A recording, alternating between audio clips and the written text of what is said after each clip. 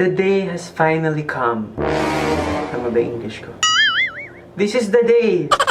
This is the day you've all been waiting for. Ito yung laging tinatanong sa akin sa Instagram at ng mga clients ko. So for today's Rick Critique, I will show you my top 5 foundation. Ito yung mga ginagamit ko sa trabaho tsaka for personal use. So all of these 5 foundations are tried and tested na. I promise they won't fail you. Just listen carefully. Hello gorgeous! It's me, Rick. Welcome back to my channel. So I'll share my top 5 favorite foundations. Let's start with my favorite personal use.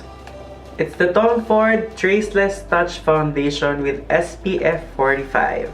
So what I like about this product is very lightweight siya. Pero medium coverage siya, so it still covers. And it has a satin matte finish, kaya mukha siyang balat. Balat na balat siya. Just get the exact shade. Then it comes with an applicator. Dirty, hindi ko sinama.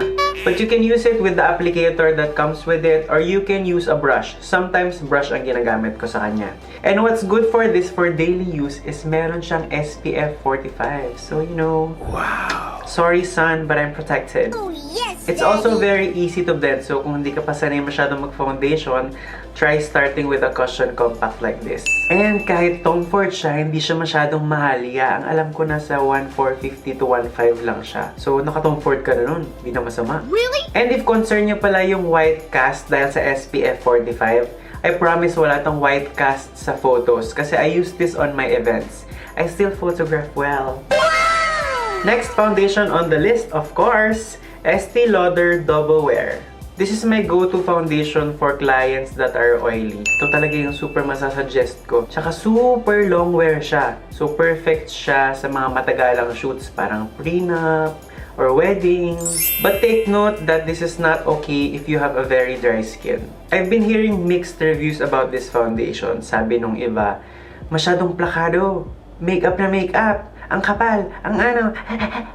But the secret is, you need to get the exact shade. Kasi nga, super full coverage siya.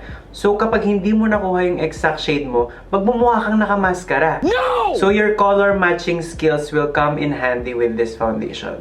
But don't you worry because meron silang 55 shades. So, I'm sure na meron exact shade for you. And when using this foundation, make sure to prep your skin thoroughly. Huwag kayong mag-apply ng foundation agad. Kailangan ng skincare, primer, para plakado buong araw. I promise. Wow. Super tried and tested ko na to. And the price of this is around 2,140. Hindi na masama kasi malayo nang mararating nito kasi super full coverage siya. Next foundation ay hindi ko ma-pronounce.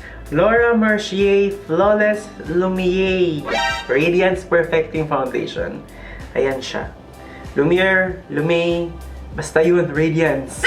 Ito naman ang go-to foundation ko when it comes to people who has dry to normal skin type. And this is a no-no if you have a super oily skin, ha? It has a medium to full coverage. Yes! Mukha siyang balat kahit medium to full coverage siya, guaranteed. Yung finish kasi niya, very dewy. So alam mo yun, parang fresh lang na balat. Wow! Ganun. Hindi ko ma-emphasize kung gano'n ko to kagusto. Basta gustong gusto ko siya. And don't you worry, kahit dewy siya, long wear din siya. Really? Lalaban to dun sa Estée Lauder, promise. Basta wag ka lang oily ha. So if you haven't tried this, go ahead and try it out. Come to me! This is around 2,450 naman. If you want to learn how to do makeup or kung gusto nyo lang sumaya, go ahead and subscribe. And please like this video kung nagugustuhan nyo na siya so far. Okay, next on the list, tada! Lumiere Soft Fluid Longwear Foundation with SPF 20. Ito naman, meron siyang sheer to medium coverage and it also looks like super pretty skin lang. Wow. Balat. Wow. Juicy. Wow. Dewy. Wow. Yummy na balat. Same sila ni Laura but this one is more sheer lang. So kung less yung problem mo sa face, okay na to. And what's good with this foundation, of course, ingredients. You're paying for the ingredients. So, para lang siyang skincare na may tint. If I'm a girl, tapos nag-makeup ako everyday, ito isa sa mga go-to ko na pang everyday. Kasi magaan lang siya. Tapos mukha lang talaga siyang balat. Kasi manipis lang siya. Pero nakaka-cover pa rin ng very light. Sheer to medium nga. Wait lang, baka nagulat kayo bakit putok na putok red lipstick yung itsura ko ngayon. Kasi kakatapos kong gumawa ng tutorial ng look na to. And if you haven't seen it, I'll put the link on the description down below. Madali lang to, promise. And the downside lang is the price. Medyo madugo po ito. Ito po ay 6,500. Wow. But it is worth trying, I promise. You will love this. Promise. Last but not the least, isa ito sa mga pinakamatagal na sakit ko. It is the Makeup Forever Ultra HD Stick Foundation. Perfect to kasi full coverage siya, but it also has a satin matte finish. So very skin-like pa rin siya. Plus, it's super easy to use kasi very blendable siya, tsaka madaling mag-mix. Plus, it's also long wear. Super ganda talaga nito, promise, kasi plakado na siya, pero mukha siyang balat. As in HD na balat na balat. Balat! Nasabi ko na ba balat? Balat na balat! And I suggest this one sa kit nyo if you're a makeup artist kasi it's really super easy to gamit. Really? Yung shades niya and blending and everything. Tapos, madali siya pang retoke. Kunwari nagkamali ka ng foundation shade, pwede mong ipatong to para i-correct siya. Hindi siya magiging cakey. Ilang beses na akong naligtas ng foundation na to. Kaya, I super love this. The only downside is hindi to pwede kapag super oily ka. So, pang normal to konting oily to dry skin, perfect siya. But this is really a must. Super, ha? Try nyo to. Okay?